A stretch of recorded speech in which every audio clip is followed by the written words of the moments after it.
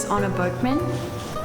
And what happens in Shakespeare's version of the play? Well, four young lovers go into the woods. I don't know too much, but I do know, I think it's about some girl who, I don't really know. It's not a lot. There is a love triangle between three of the characters, and there is a love potion that is brought into the chaos of the play. Each man is in love with the other woman, and the other woman's in love with the other man for various different reasons, yeah. And then there is some other characters that come in and cause mischief. So Puck, he's a character in Shakespeare's Midsummer Night's Dream. He is a mischievous elf. And some mischievous fairies decide to intervene, and lots of hijinks ensue. A lot happens, basically. So I think Shakespeare is mainly to entertain people because of the time it was written, but I also think it helps tell us a lot about the world and how it used to be, like with how femininity was viewed back in that day, whereas now it's more valued. I think not only does it entertain the audience, but it also tells us and reflects the world of what we live in today. First, I like writing, so I would love to learn more, to think that my writing has been portrayed to the public. But I'd also like to think that if I'm helping rewrite it, I can also help rewrite it in values that weren't seen in the time back then. Hi, my name is Charlotte. I used to see a play once that my brother was in that was also Midsummer's Night Dream. I just remember liking his performance, and it really inspired me. My creative passion is many things, but mainly writing stories. An old city with normal houses, but some of the houses would be up in trees, a little bit. Trees, so it'd be like a tree house sometimes. Yeah. Oh yeah, I think I just love the classic language, and it's basically he created a lot of the modern tropes we use in media today. I can notice some of the plots that have been used in a lot of things, even just subtly, like how Romeo and Juliet has become West Side Story, and I did Romeo and Juliet study, and I did that 2 years in a row. So in year 8 we did it for drama, and then in year 9 we did it for English. I liked his comedies and that sort of work. Yeah, I think Midsummer Night's Dream is one of my favourite Shakespeare plays. I just think the storyline is kind of fun, and I love being interested in the older language that's being used and trying to decipher it. And in my forest, there are trees everywhere, meadows of flowers, rivers and waterfalls.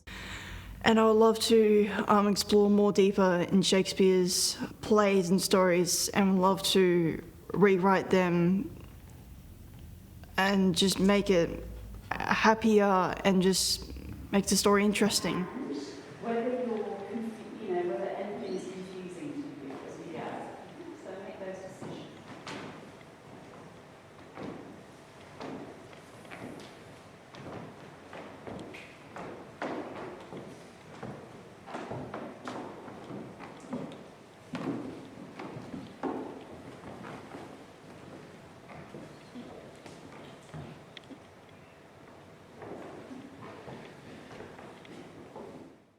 Hello, my name is Jen. And Jen, what have we been doing today? We have been doing script writing.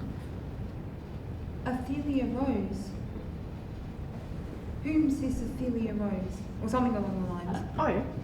I felt it's been very engaged. I really like how the team have discussed their ideas, and on the whiteboard we created a ideas section, and we all put their ideas down, and we all kind of bring the ideas together, and kind of put it into one element. I really like the bits that we made like sensory friendly, because I think that's something when people think about accessibility, they go like, oh, put a ramp and that's it. But it's so much more than that. I also like when everyone acts out the scenes, because it gives me an idea of what it would look like. Do you want that as a line?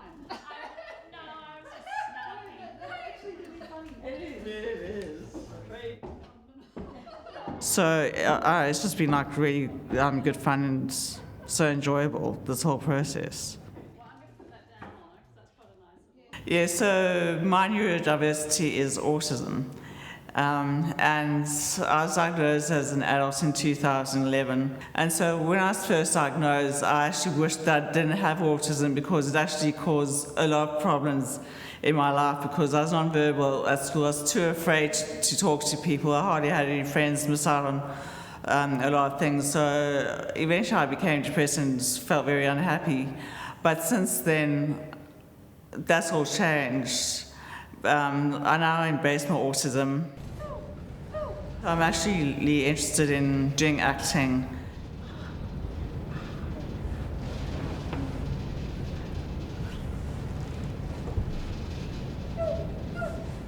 I'm Izzy.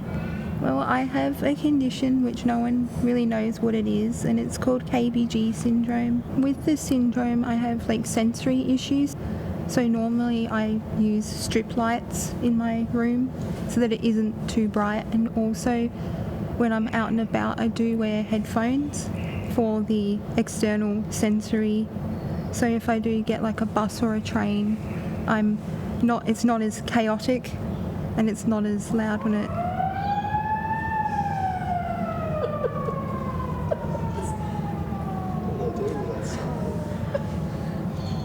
it comes through. My name is Henry Wilson, and my passion is the craft of filmmaking, and every little component that makes a film great. Yeah, it's whether it be the directing, the acting, the writing, the effects, the makeup, the costumes, yeah, the editing, and so on and so forth. Yeah, I think every part should work together. And what have you enjoyed about what we did today? Being part of it. I'm supposed to be a supervisor, but I'm more of a participant. I've worked with autism for quite a while, and I'm also autistic myself.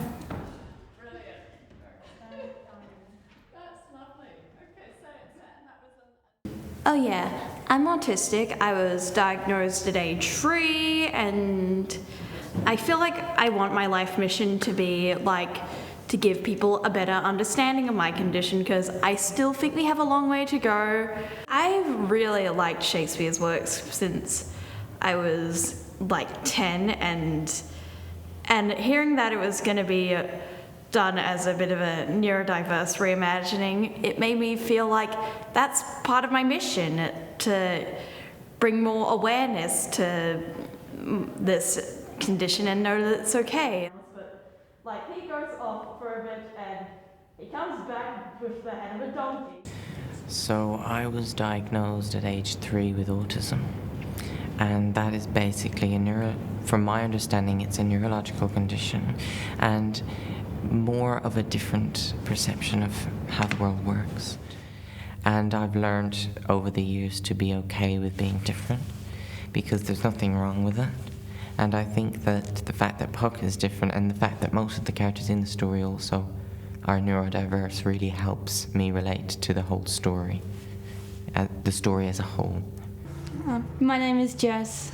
My main disability is functional neurological disorder, which is kind of described like if your brain is a computer, then the hardware is fine, but the software programs have like glitches in them, and it makes it hard for me to do things like walking, and sometimes I get tics and fainting and all different things like that. I need support, but I'm sort of recently starting to be more proud of who I am and be like, it's okay that I need support sometimes. And having that support helps me to be fully who I am and do the things that I want to do. So I felt like really part of the group, so I felt like I was going to be heard because everyone was sort of like me in some ways.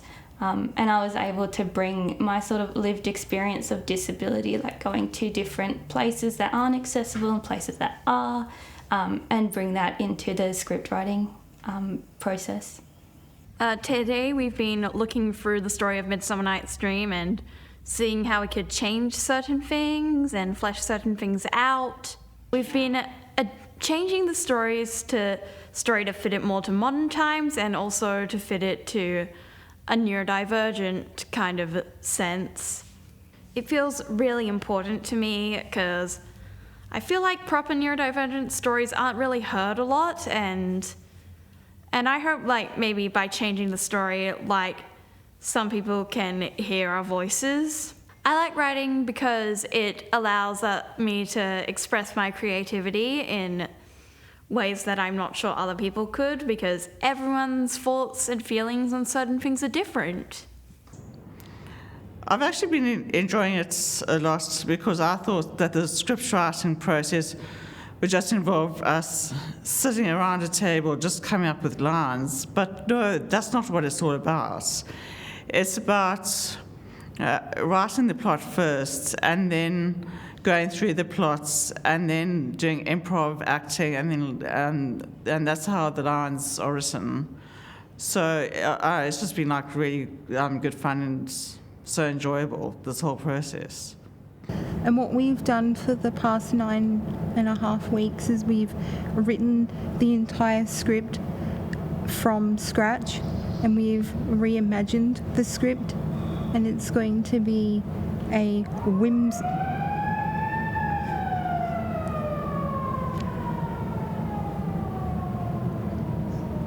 It's going to be a whimsical themed A Midsummer Night's Dream with a lot of neurodiverse characters and also fairies, a glowing gold tree, and a lot of mischief and chaos. I've also learned that I can actually be creative. I can actually come up with lines of dialogue for the scripts because I'm not actually like a creative writer at all. It is actually quite empowering to be able to do that. It's not something you've done before. No, never. And to rehearse. I think I do rehearsing still. Yeah, that's completely Okay, that's different then. Still the rehearsing. What we're doing here is actually trying to make the same storyline still the same, but just make it a little more happier, including changing not a lot of the characters, but some of them to have a little more happier lives, but still keeping to the same storyline. And I just really hope that it does work well, including with the idea of time travel, which I came up with. What are some of the issues that we want to change? So in the original play, Hermia is, if she doesn't choose Demetrius, she will either be killed or sent to a nunnery. And I felt like that was kind of confusing. So I just decided to scratch out the killing thing and just go for the whole live in a convent if you don't marry. Also killing and violence, what do you feel about that anyway? It's not really necessary for a comedy. I mean, unless it's Monty Python, but we're not that wacky. My favourite character, that's a good question because I have a few. I like the character Puck because he represents difference, and he also represents that it's okay to be different. Given that he has fox ears and a tail, I think that the fact that he's celebrating about his difference is really what it all should be about. I also like the character Azealia Rose. Theseus, Theseus, how would you feel from the heart if you could not marry the one you loved? I like her because she basically gives the audience an insight into how the world should be. So, for example, it should be about people's choice, and people will be happier if they have choice, rather than living in ancient Athens and doing what someone wants them to do. So I think the voice of reason is good because it represents what the world should be like, and I like Puck because he represents that it's okay to be different. Yeah, we've been filming about one or two scenes of a character that I'm playing named Puck, who's a trickster and who transformed himself into a fox. So we've been filming Puck sniffing the ground and chasing a glowing worm. And then later on, we saw him looking up a tall tree. And then in the final shot that we just did, him falling out of a tree branch. Uh-oh. It's just literally been, just extraordinary fun. I have no words to say it, but it's just been extraordinary fun. When we went to Rolly Pool to do the backdrop filming, we went to these various areas like the bushlands, climbed some rocks and walked around the rushing river, and I was made the center of each shot to get an idea of how we film the shot. Of course, get an idea of the framing. Of course, we of course had headphones. The mixer, of course, and I got the microphone, and I got it as close as I could to the stream to record the sound of the water running, going down. Yeah.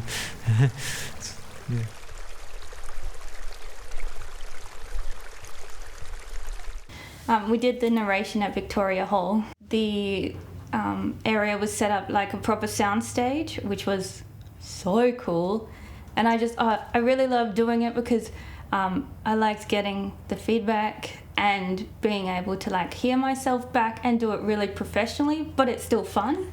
I really liked that part so much. And it was weird to start with. I was like, it's kind of like when you fold your ear over and you're like, oh, that's how I sound. And you sound so different to how you think you sound when you have the headphones on, and you hear how everyone else hears you. Like, it's amazing. Too bright, too smelly, and too cramped. It was nice learning about the different way that the sounds are recorded and the different tones you can bring into narration and all the feeling you can put into it, everything. Well, here we are on location on sets in Victoria Hall. So we have been filming Spectrum Space's a reimagined Midsummer Night's Dream, and it's been a lot of fun. So I've been playing Titania, who is the queen of the fairies, and Bottom, who is a tradie and loves the fact that he is the star of the show. Yeah, I've enjoyed playing both roles. It's been interesting to see how we have to rehearse scenes and then do takes and then do retakes. What I actually did find challenging was when I was playing Titania, doing the fluttery things with making the wings flutter. The acting part was kind of a novelty for the most part, because getting into a costume and going back in time to ancient Athens and just dressing up in those robes, in the yellow robes and stuff, and having all this makeup put over me. First it was kind of scary, but as I got into it, I became more invested in the character and of course the setting that I was in. And then also playing one of the main lovers was really interesting because I had to do a lot of scene work with Honor, who's the other love interest, and learning how to work as a team, and then working with the two other love interests as well. And look at her, that's it. Yeah, I've enjoyed playing the characters. Well, Hermia, she's kind of this. She's very determined to live the life she wants, even though that's not what everyone else wants, and I guess I myself can relate to that, so just felt really empowering being able to get that role.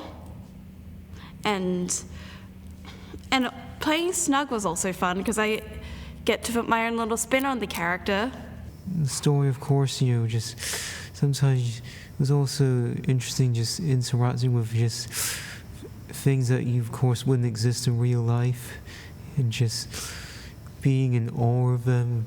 As Starveling, I felt like I did a lot more in terms of, emotion and stuff. I was able to do more and just do a lot of funny things, of course, like holding the moon and just looking at it like as if it's just brilliant, the most amazing thing I've ever seen. Like me and Jordan, who's playing Oberon, us like having to lie down on chairs, like doing this with our arms and looking up, and like wings, like our wings flapping, because like people had fishing rod wire making our wings fly. So that's been actually, also really fun. Of course, the freezing part was really fun, of course. Just staying for as long as I could in the same pose. What I had to do was like this. At the beginning, when I was when the fairies came down and just rained dust all over us the tradies, and of course the next part, which was also kind of funny, when of course after we returned to foxes and doing all the yip yip yip yip sounds, and of course in the next shot when we looked up and we had our mouths open and the potion was given to us. Of course, that was kind of like really. That was kind of funny, of course, yeah. And how did you find putting on the lion's costume, playing Snug as a lion? Oh, that was pretty snug. Yeah, I liked that lion costume. It was really cute. She was still the carpenter Snug. I think I've enjoyed the whole process. So I've enjoyed getting into both costumes. I've also enjoyed the makeup experience, chatting to the makeup artist and for Tanya wearing a wig, which I've never really had to do before. And so I've actually gained. Although I am a confident person, I've gained confidence and obviously acting experience, and also I was the clapperboard person for some of the scenes, which was actually really enjoyable, and made me feel even more included in the whole process. How do you feel about acting now that you've done some acting? Acting now, extraordinarily fun, and I'll love to do more of it in the future. Tell us what you've enjoyed the most. Probably playing as Wall and doing all the fun different things like being the fox, and also having to be in a statue for most of the filming on the last day. And then I also enjoyed using all the sensory items that we had on the set as well. Moving forward from this big project, of course, I want to just help me get more competence in the art of acting, of course, and and of course the best when I was out doing the filming, it was fun just going around, trudging around nature, and trying to experiencing some of the small perils around the bushes, and climbing rocks, and of course a stream going down in the river. I would say the forest is definitely a place of freedom, and it is a place of magic, and one of the things about me is I've got a good imagination. So I think the fact that you can be free in the forest and have a great imagination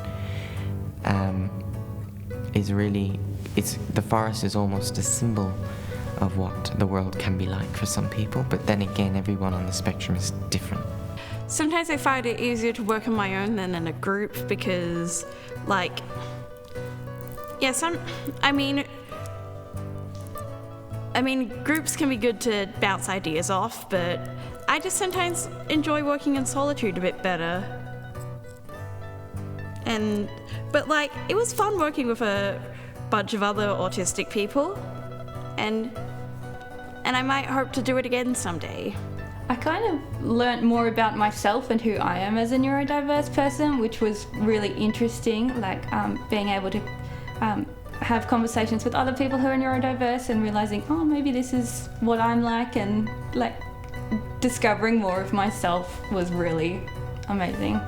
If you had the opportunity, would you do something like this again? Yeah, I'd do it 100 times. Yes, I would enjoy to do something like this again because it was really interesting learning everything and putting everything together as like a group. If I had the chance, absolutely, yes. I would do it again.